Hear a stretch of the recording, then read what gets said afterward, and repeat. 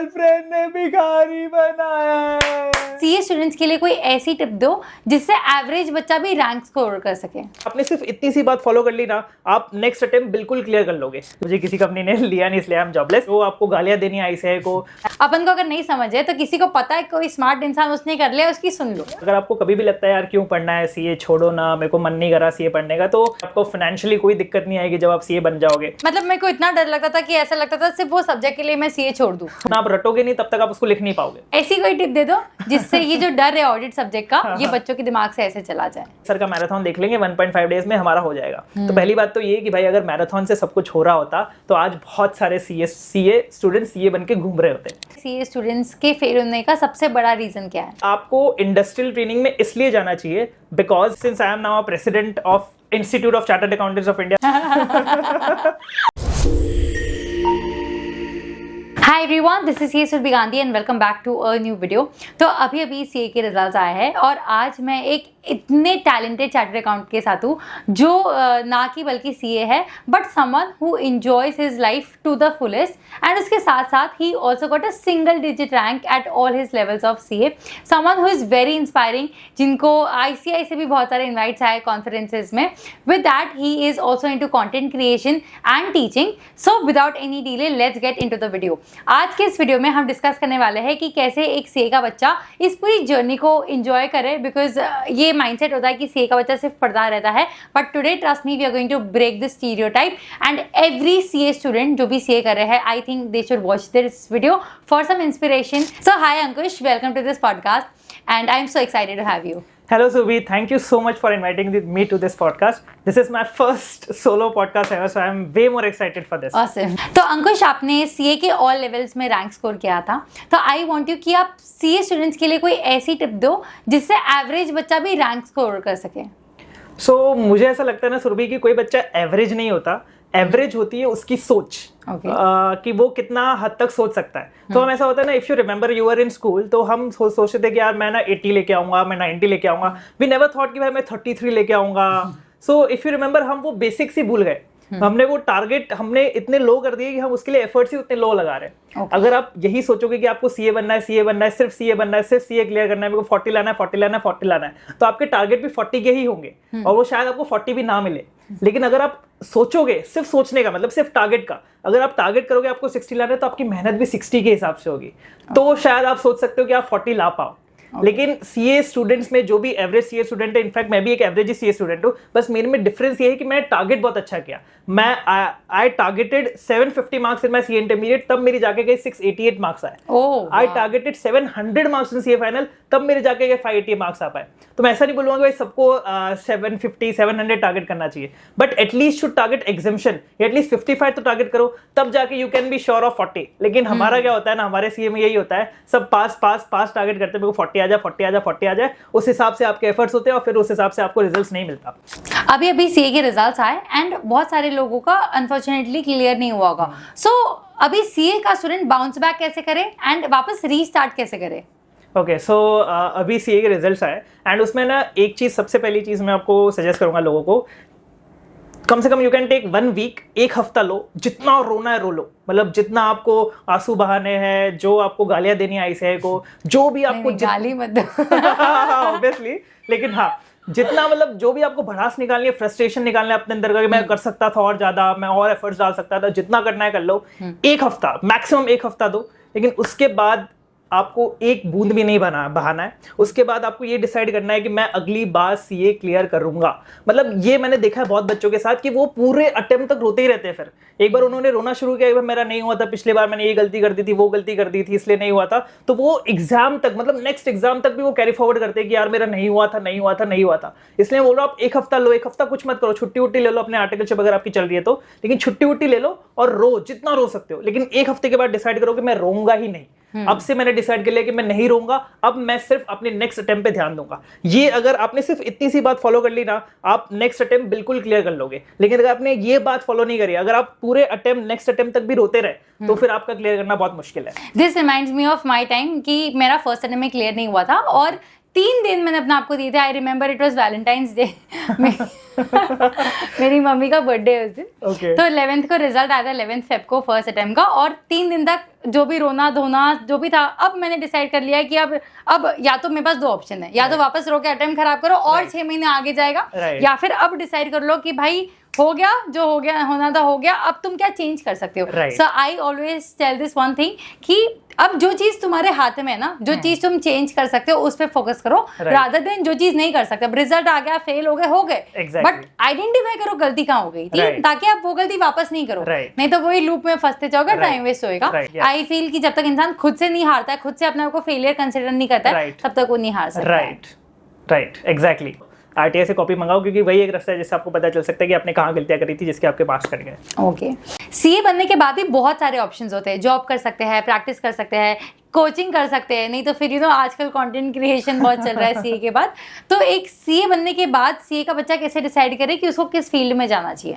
अभी क्या होता है ना, अभी आप जैसे सीए बने ना, पहले तो आपका आता है फैमिली का प्रेशर कि भाई अब सीए बन गया मतलब तो जॉब करनी ही पड़ेगी, अच्छे हमको पैसे चाहिए ही चाहिए, क्योंकि मतलब सबका ऐसा होता है, हम बहुत वेल ऑफ बैकग्राउंड से नहीं होते, सबका ऐसा होता है, सब मिडिल क्लास फैमिली वाले सब सीए कर रहे होते हैं, तो उनका होता है कि भाई कैसे भी जॉब लग जाए, मैं बस पैसे कमाना चाहता हूँ जल्दी से जल्दी। इसमें ना ये ट्रैप में बहुत सारे बच्चों को मैंने फंसते हुए देखा है। इनफैक्ट मेरे जो फ्रेंड्स हैं वो भी इसी ट्रैप में फंसे हुए कि भाई जल्दी से जल्दी कैसे ना कैसे करके मुझे पैसे कमाने, लेकिन वो बड़ा विजन नहीं देख रहे कि भाई उनका पैशन क्या है, उनके इंस्टिंक्ट क्या है, वो अंदर वो किस मतलब उनके क्या इंटरेस्ट है। तो बेसिकली अगर आप अपने इंटरेस्ट, अपने पैशन और अपने इंस्टिंक्ट्स को फॉलो करोगे ना, तो आप बहुत आगे जा सकते हो लाइफ में। That's what I believe. Obviously शुरू में यू कैन थिंक कि यार नहीं, शुरू में आई नीड फाइनेंशियल सपोर्ट, मैं शायद 2-3 साल जॉब वॉब करके फाइनेंशियली पैसा कमा के एंड फिर आई विल स्टार्ट, लेकिन वो विजन आपके अंदर होना चाहिए कि या I want to do that, I want to follow my passion, I want to follow my interest. तो वो आपके दिमाग में रहना चाहिए, और वो अगर आपके दिमाग में है तो आप अच्छा ही कदम उठाओगे जो भी आप उठाओगे।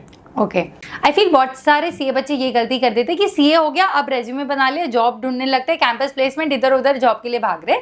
Take yourself that time, just because someone else is rushing into a job, don't rush कि यार सब करे इसलिए मेरे को भी करना है। थोड़े दिन दो, मे बी थोड़े महीने लगा दो चलेगा, बट ये आपका डिसाइड करेगा आगे का करियर। सो अभी टेक दैट टाइम, बाद में जाके रिग्रेट नहीं होना चाहिए यार काश खुद का कर लिया होता, काश खुद का ये करना था, अब टाइम चला गया, टाइम निकल गया। अपने आप को 1-2 महीना दे दो, उसमें शांति से डिसाइड करो कि आप किस चीज के लिए बने हो, and then may be you can decide कि आपको जॉब करनी है कि प्रैक्टिस करनी है, खुद का कुछ करना है। Don't rush into a job just because everyone else is doing that. Right, exactly. इसमें ऐसा भी होता है कि भाई कुछ बच्चे होते हैं कि मेरे को ये प्रोफाइल में जाना था लेकिन मैंने गलती से ये वाली प्रोफाइल ले ली, तो आपको प्रोफाइल में भी, सिलेक्शन में भी थोड़ा टाइम देना चाहिए खुद को कि मुझे कौन सी प्रोफाइल में जाना है। सीए का बच्चा जब पढ़ाई कर रहा होता है तो बहुत फोमो होता है, you feel that you are missing out on the fun, या फिर सब एंजॉय कर रहे हैं और तुम्हें रूम में अकेले बैठ के पढ़ाई करते रहना है और सेम बुक्स बार बार खोलो। तो how can a student deal with that FOMO? So basically सबकी जर्नी ना अलग होती है, सबकी लाइफ की जर्नी प्लस सबकी सीए की जर्नी सबकी अलग होती है। ऐसा नहीं कि आपका और मेरा दिमाग सेम है। So basically you need to analyse yourself, you need to be self aware कि यार मुझे पता है कि मैं इतना अच्छा हूँ पढ़ाई में, सपोज कि भाई मुझे पता है कि मैं बहुत अच्छा हूँ पढ़ाई में, तो मैं ज्यादा टाइम और एक्टिविटीज को दे सकता हूँ। आपको पता है कि यार आप है ना बहुत ज्यादा एकेडमिकली सही नहीं हो, तो आपको दोनों चीजों को बैलेंस करना पड़ेगा, आपको बाहर की चीजों को भी बैलेंस करना पड़ेगा और एकेडमिकली भी आपको बैलेंस करना पड़ेगा। So now the thing is everything has a priority, सबकी अपनी अपना टाइम होता है। अब मेरा ऐसा था कि मुझे पता था कि मैं फर्स्ट ईयर ऑफ आर्टिकलशिप मुझे मजे करने हैं, तो मैंने बहुत मजे किए। मुंबई में आया फर्स्ट ईयर ऑफ आर्टिकलशिप में, आर्टिकलशिप ठीक है थोड़ी बहुत की मैंने और बाकी मैंने मजे ही किए। फिर सेकंड ईयर में आया, मुझे पता चला कि भाई स्टडी करनी पड़ेगी। अब ऐसा नहीं कि मैं जब स्टडी करने के लिए गया तब बाकी सब स्टूडेंट भी स्टडी करने के लिए चले गए, but I have that target in my mind. मुझे पता था कि भाई मुझे अब से शुरू करना पड़ेगा, अगर मुझे जो अचीव करना है वो मुझे चाहिए तो आपका वो टारगेट आपको पता होना चाहिए कि भाई आपको उस टारगेट के लिए कितने एफर्ट्स लगाने हैं। उस एफर्ट्स को लगाने के लिए आपको कब से शुरू करना है। अब ऐसा नहीं कि भाई सपोज मेरा टारगेट था रैंक का, अब मेरे जो फ्रेंड्स हैं उनका टारगेट नहीं था रैंक का, तो वो तब से पढ़ना शुरू नहीं कर रहे थे। तो अब मैं अगर ये भी सोचता कि यार ये लोग तो नहीं पढ़ रहे हैं, मैं कैसे पढ़ रहा हूं, तो मेरा वो रैंक टारगेट रहता ही नहीं। फिर तो आपको अपना टारगेट बना के खुद उस पर चलना पड़ेगा। बेसिकली सबका टारगेट अलग अलग है, सबका टारगेट सेम नहीं है जो भी आपके अराउंड है, तो आपको वो दिमाग में रखना पड़ेगा। और सबकी प्रायोरिटी अलग अलग होती है। जब भी आपके लाइफ में जो भी आपको करना है उसकी अलग अलग प्रायोरिटीज होती है, तो आपको वो आइडेंटिफाई करना पड़ेगा कि कौन सी चीज कब करनी चाहिए।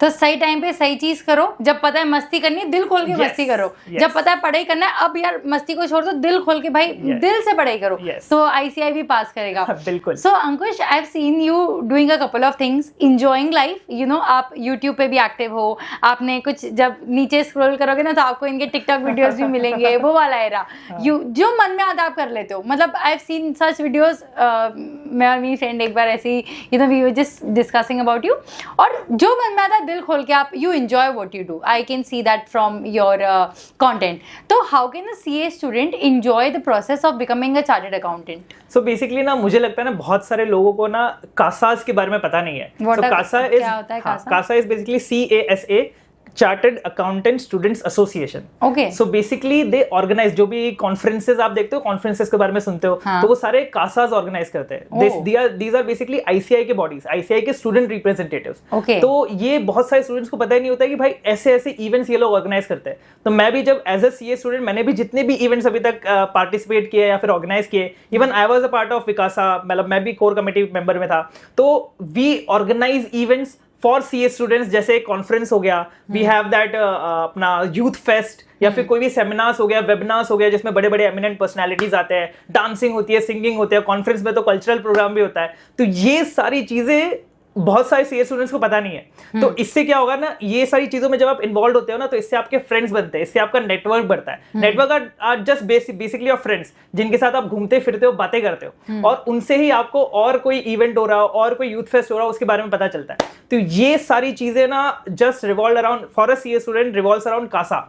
तो आप अगर कासा के साथ एसोसिएटेड हो जाओ, कासा के साथ associated in the sense you can do volunteering, या फिर उनके इवेंट्स जितने उनमें पार्टिसिपेट करने लग जाओ, तो आपकी लाइफ, आपका जो CA जर्नी वो बहुत अच्छा हो जाएगा. सो आई फील पढ़ाई के साथ साथ फन मस्ती भी इम्पोर्टेंट है, टू यू नो माइंड को ये थोड़ा लाइट रखता है. बहुत stress, CA is such a frustrating course, तो you need to have something that you are really passionate about. इससे ना तुम्हें फ्रस्ट्रेशन कम होगी एंड तुम जो करोगे उसको एंजॉय करोगे. CA का स्टूडेंट ये कैसे डिसाइड करे कि उसको इंडस्ट्रियल ट्रेनिंग करनी चाहिए कि नहीं करनी चाहिए? अभी 2 साल का आर्टिकलशिप हो गया, जिसमें आपका 1 साल का आर्टिकलशिप है, 1 साल का अगर आप चाहो तो इंडस्ट्रियल ट्रेनिंग कर सकते हो. तो now the thing is the students are confuse कि हमें इंडस्ट्रियल ट्रेनिंग में जाना चाहिए नहीं जाना चाहिए, बिकॉज क्योंकि उनको ऐसा लग रहा है कि मुझ में 1 साल आर्टिकलशिप में कुछ सीख नहीं पाऊंगा. अब मैं 1 साल आर्टिकलशिप में कुछ सीख नहीं पाऊंगा तो इंडस्ट्रियल ट्रेनिंग में 1 साल जाके क्या सीख पाऊंगा. So basically my thing is कि आपको इंडस्ट्रियल ट्रेनिंग में इसलिए जाना चाहिए बिकॉज अगर आपका विजन है कि आपको जाके कुछ कॉर्पोरेट में कुछ बड़ा करना है आगे जाके, so the first preference they will give is to industrial training. कि अगर आपने इंडस्ट्रियल ट्रेनिंग करी है या नहीं करी है, उनका एक क्राइटेरिया होता है कि भाई आपने आगे इंडस्ट्रियल ट्रेनिंग करी है कि नहीं करी है. एंड दूसरा, industrial training is something bigger, something better than your articleship. Obviously that depends upon your profile, आपकी कौन सी प्रोफाइल है इंडस्ट्रियल ट्रेनिंग में, आप कौन सी कंपनी में जा रहे हो इंडस्ट्रियल ट्रेनिंग में.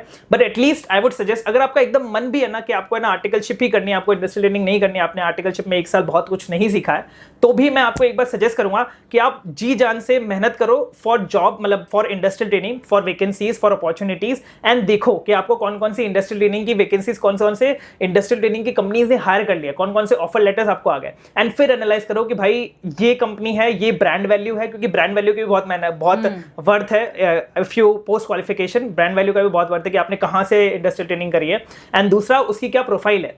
अगर आपको वो सब एनालाइज करने के बाद भी ऐसा लग रहा है नहीं मुझे आर्टिकलशिप में बहुत अच्छा एक्सपोजर मिल रहा है, मेरी आर्टिकलशिप की फॉर्म बहुत अच्छी है, तो आप आर्टिकलशिप करो, नो डाउट अबाउट दैट. लेकिन अगर वो सब देखने के बाद आपको ऐसा लग रहा है कि भाई नहीं मुझे इंडस्ट्रियल ट्रेनिंग करना चाहिए था, तो आप इंडस्ट्रियल ट्रेनिंग करो. क्योंकि आई नो पीपल जो मतलब अभी जो 3 साल की आर्टिकलशिप चल रही है, आई नो पीपल जो 1.5 साल में इंडस्ट्रियल ट्रेनिंग कर सकते थे लेकिन उन्होंने नहीं की, and now they are regretting कि मैंने इंडस्ट्रियल ट्रेनिंग क्यों नहीं की, मैंने ट्राई भी नहीं किया. मतलब नहीं की वो तो अलग बात है, मैंने ट्राई नहीं किया.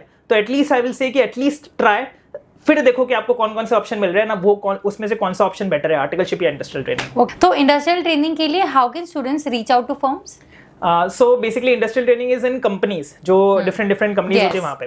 तो the first and foremost the best way to reach out to anyone is LinkedIn.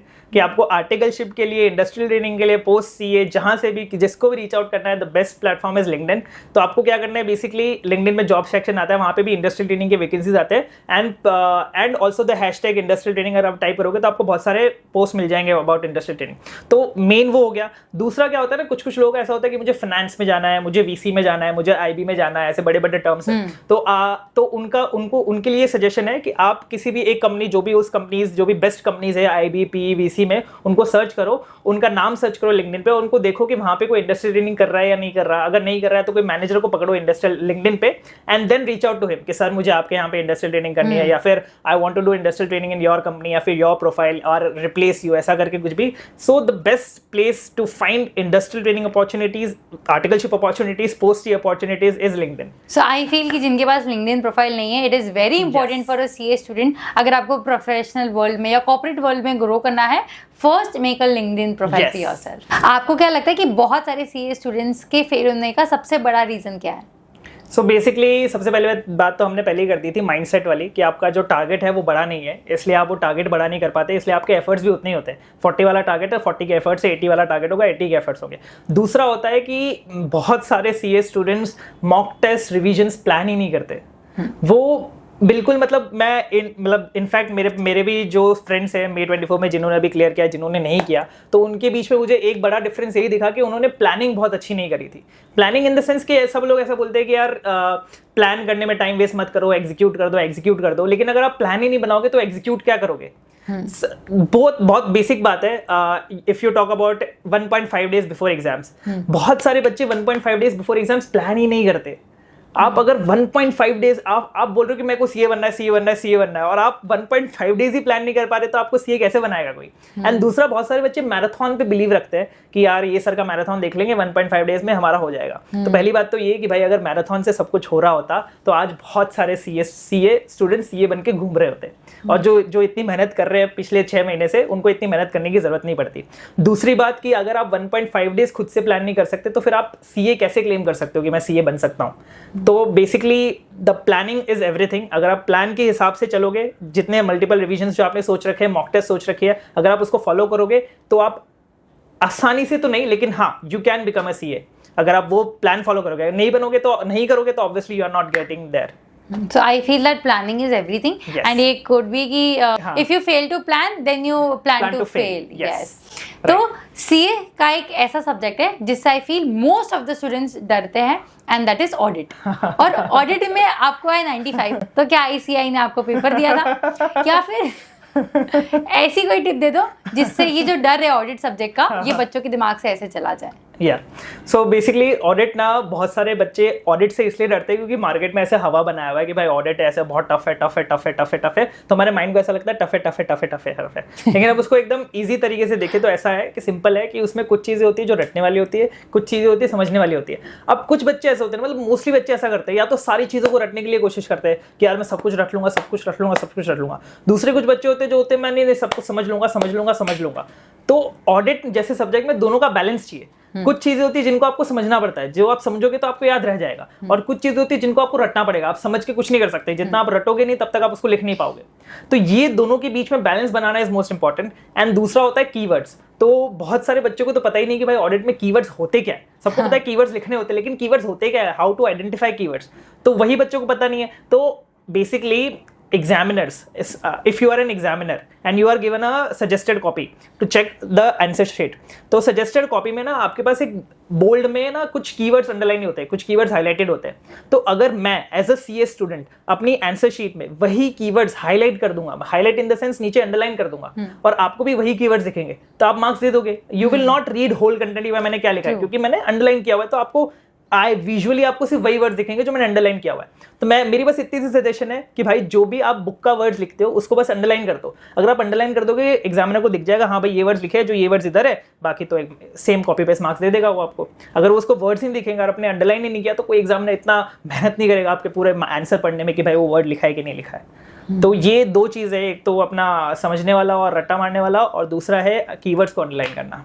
ये दो चीजें अगर आप अच्छे से कर लोगे तो आप ऑडिट को आराम से क्लियर कर सकते हैं। awesome. Yes. और ऑल्सो आई फील कि जितना ज्यादा आप क्वेश्चंस की प्रैक्टिस करोगे उतना ज्यादा आप प्रिपेयर रहोगे कि हाँ चलो याद आ रहा है कि नहीं आ रहा है, कि एग्जाम में आप लिख पा रहे हो कि नहीं लिख पा रहे हो। At the and I feel everything is retention. आपको रिटेन होने चाहिए आंसर्स। भाई पढ़ते सब है, सीए में कोई बेवकूफ नहीं होता है जो बिना पढ़े जाएगा फाइनल लेवल पे आके, या फिर इंटर में भी आई फील फेल इसलिए होता है कि वो रिटेन नहीं रख पाता एग्जाम तक। तो जितना रिविजन बार आई रिमेंबर, मेरी एक फ्रेंड थी, उसने मेरे को बोला कि सुरभि कसम खा ले, रोज रात को सोने से पहले 2 घंटा ऑडिट पढ़ के सोना। तो तू ऐसे सोची मत कि भाई तुझे 15 दिन में ऑडिट खत्म करना है, या 30 दिन में करना है, या 2 महीने में।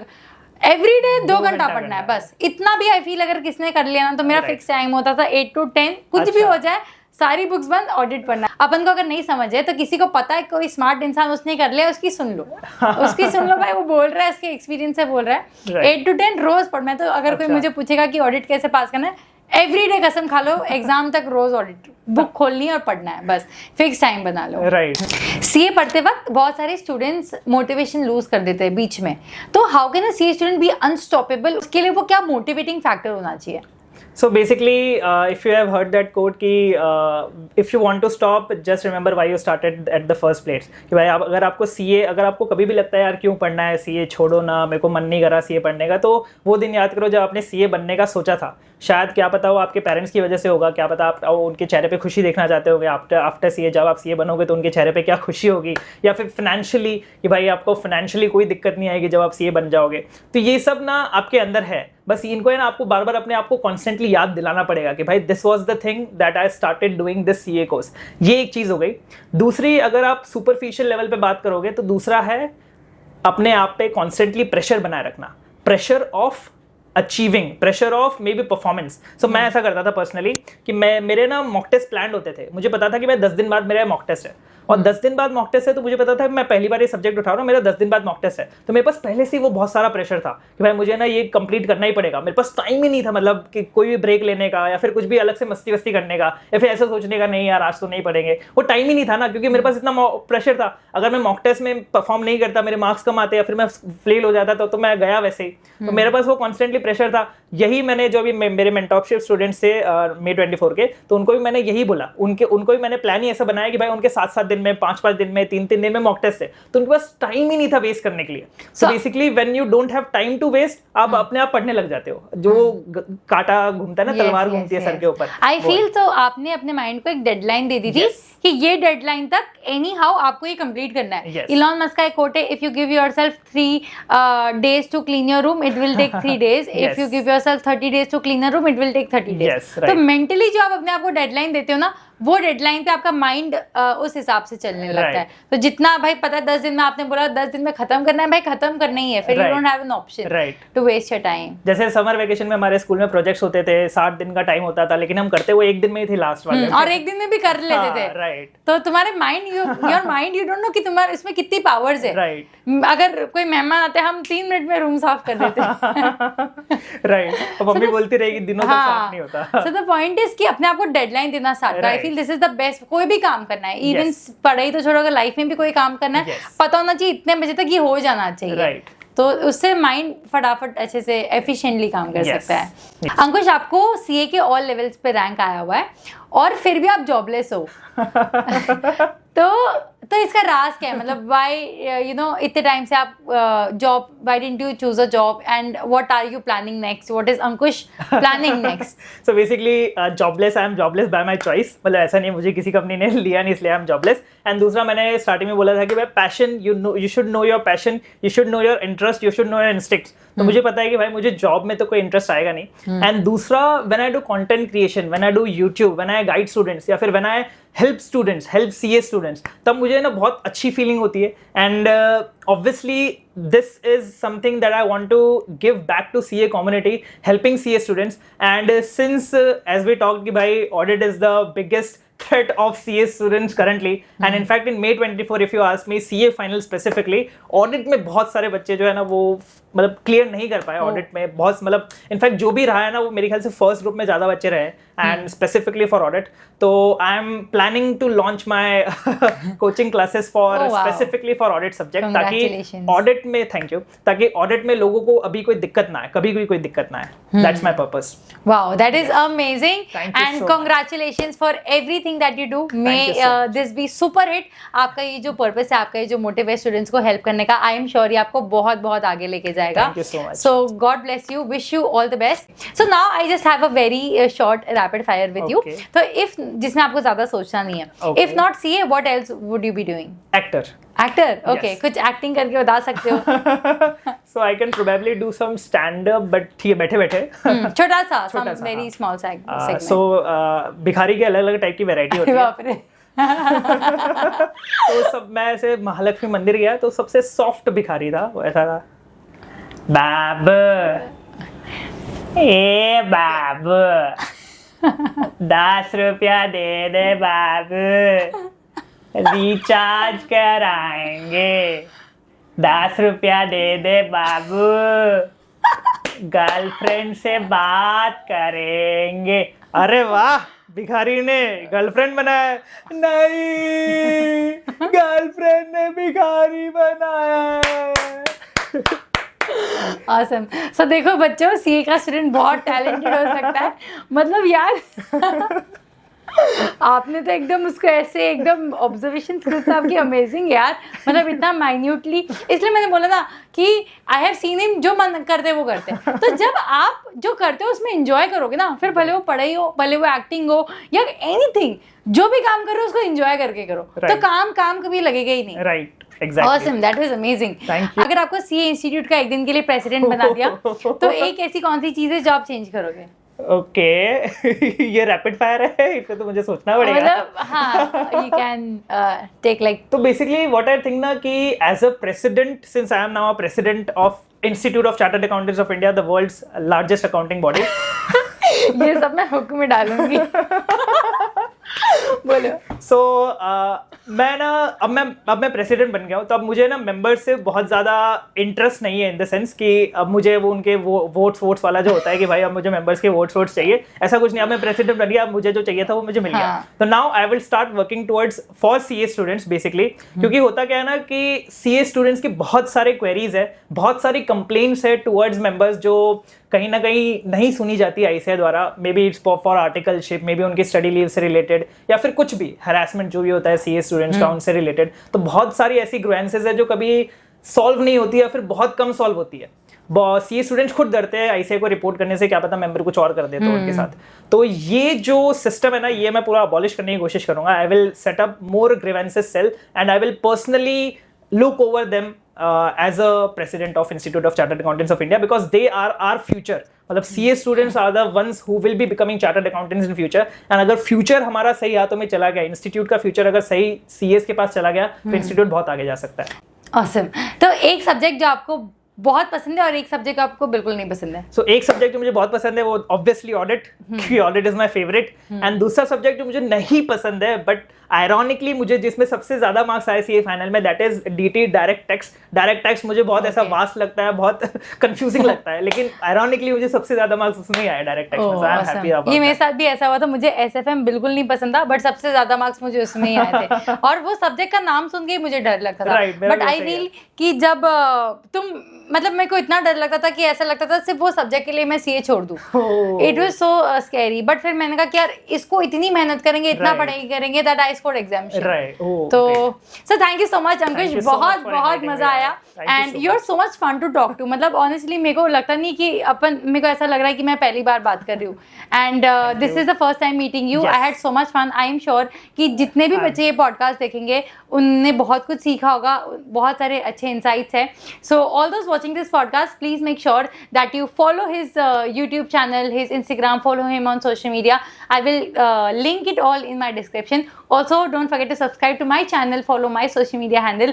And अगर आपको कोई भी queries है, Ankush, I have a small request, कोई भी अगर कमेंट करेगा ये वीडियो के, so please make sure that you read all the comments. अगर कोई भी डाउट है, कोई भी क्वेश्चंस आप इनसे पूछना चाहते हो, आप कमेंट्स में बता सकते हो। He scored a rank. अगर आपको उनसे कोई भी हेल्प चाहिए, drop your questions in the comments below and I am sure that he will answer and read all your comments. Thank you so much Ankush for being here. It was great talking to you.